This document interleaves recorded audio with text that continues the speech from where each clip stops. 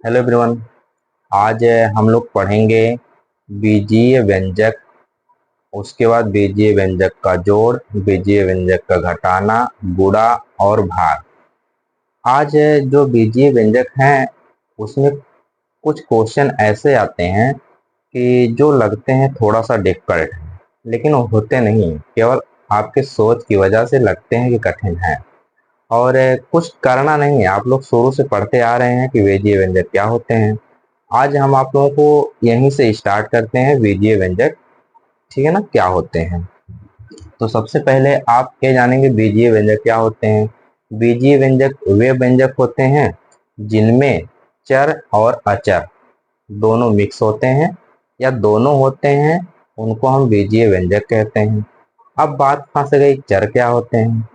चर मतलब जिनका मान, हम मैथमेटिकल लैंग्वेज में बोलें तो जिनका मान रखने पर वे बदलते रहते हैं, उन्हें हम चर कहते हैं।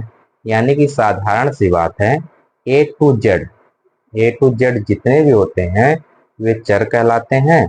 और वन टू इंफिनिटी यानी कि एक से लेके अनंत तक जितनी संख्याएं होती हैं वह क्या कहलाती हैं, अचर कहलाती हैं।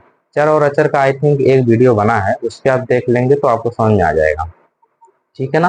तो सबसे पहले यहाँ हम देखते हैं जो चर होते हैं।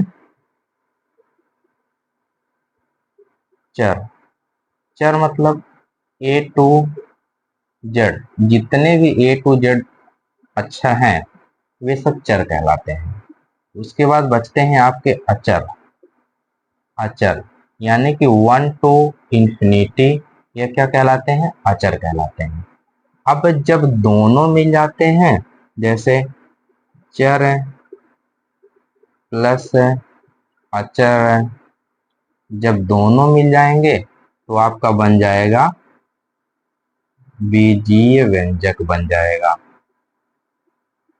बीजीय व्यंजक बन जाएंगे या क्या बन जाएंगे, बीजीय व्यंजक बन जाएंगे, ठीक है ना।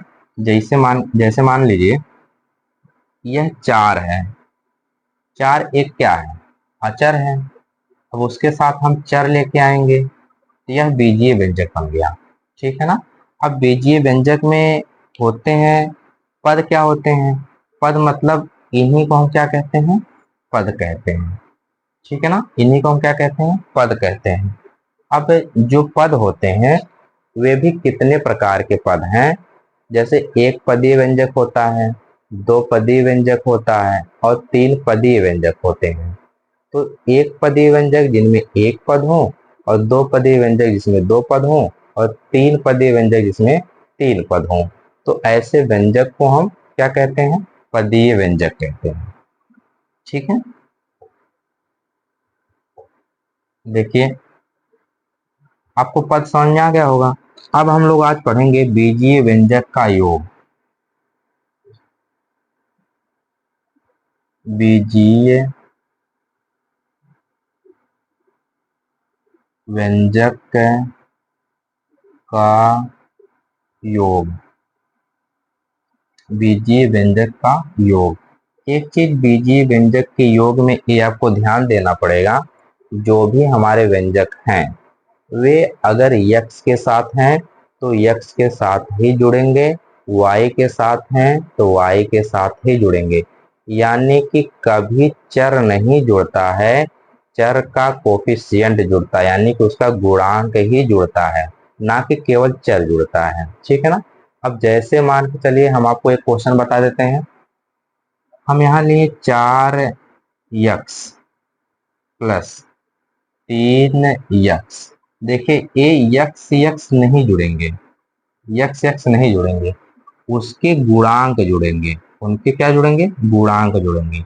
अब चार और तीन मिलके कितने होते हैं, सात, और ए यक्स इनके साथ लग जाता है। यही क्या होता है, बीजीय व्यंजक का योग होता है।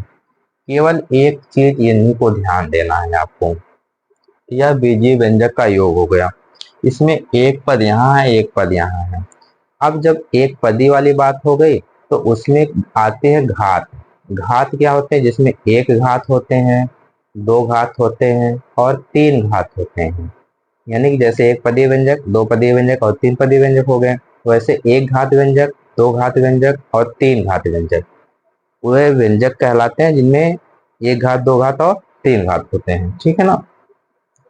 तो अब देखिए क्वेश्चन नंबर एक।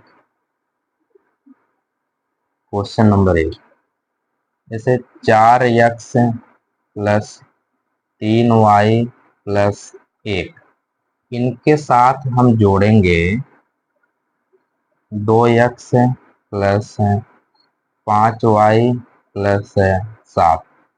इनके जोड़ के लिए हम क्या करेंगे, इनको इनके साथ जोड़ेंगे, प्लस लगा के 8 हो गया।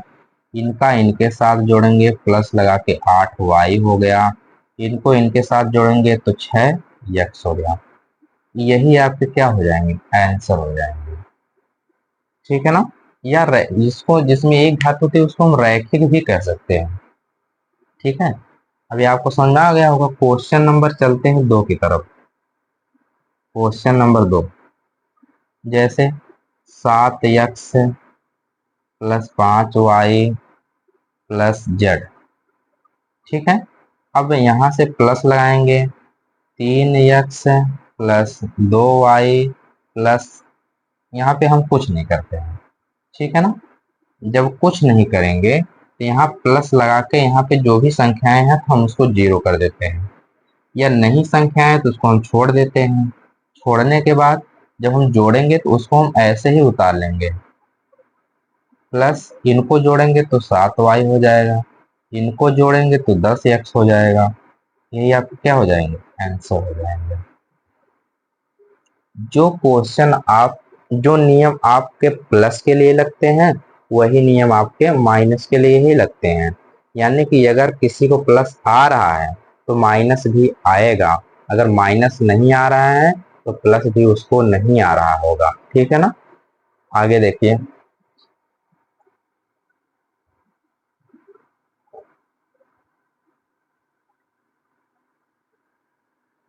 क्वेश्चन नंबर दो हो गया था। क्वेश्चन नंबर तीन देखते हैं। कह रहा है 8 प्लस 3x प्लस 2y, एक कोष्टक में से दूसरे कोष्टक में हो गया, प्लस लगा के 2x प्लस 3। केवल अगर इतने दिया है तो आप कुछ करना ही नहीं। आपको ये वाली संख्या पहले सीधे लिख लीजिए, यानी पहले x y उसके बाद फिर z, फिर 3x प्लस 2y प्लस 8। एक बार हम ऐसे लिख लें, बाकी ए टर्म लिखेंगे दूसरा वाला, x के नीचे x वाला लिखेंगे, जैसे 2x प्लस, अब यहाँ कुछ नहीं छोड़ के यहाँ 3 लिखेंगे, 8 3 11, यहाँ नहीं उतार लेंगे, प्लस लगा के 2y, फिर प्लस लगा के 3 2 5x। ये आपके आंसर हो जाएंगे। ठीक है, उतार लीजिए इसको।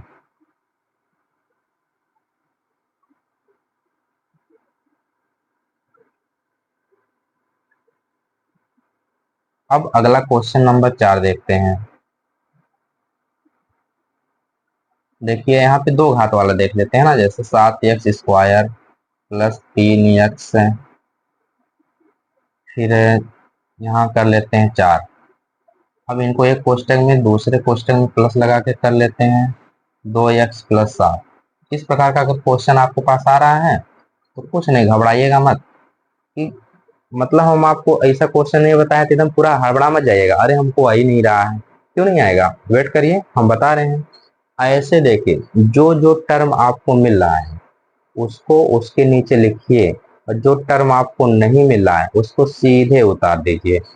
कुछ करना ही नहीं। देखिए जो टर्म आपको मिल रहे हैं ये लिख लीजिए, 7x² प्लस 3x प्लस 4, ये मिल रहे हैं, हम लिखें। अब यहाँ देखिए 2x मिल रहा है प्लस 7 मिल रहा है। अब ए नहीं मिला तो एकदम कपार मत पीटने लगिएगा, अरे ये तो मिल ही नहीं रहा है, क्या किया जाए। कुछ नहीं करना है, नहीं मिल रहा है तो कोई बात नहीं, नीचे उतारिए उसको, नीचे उतारिए। यहाँ हो जाएगा 7x² प्लस 3 और 2 5x, फिर प्लस 7 4 11। ये आपके क्या हो जाएंगे, आंसर हो जाएंगे। ठीक है ना, उतारिए। और आज हम लोग योग पढ़े, बीजीय व्यंजक को योग पढ़ लिए हैं। कल हम लोग पढ़ेंगे बीजीय व्यंजक का घटाना, और हम आशा करते हैं कि आप योग अच्छी तरह से तैयार करके आएंगे तो घटाना हमको बताने में कोई आसान दिक्कत नहीं होगी। ठीक है ना? तो हम आशा करते हैं आपको समझ में आया होगा। Okay, thank you.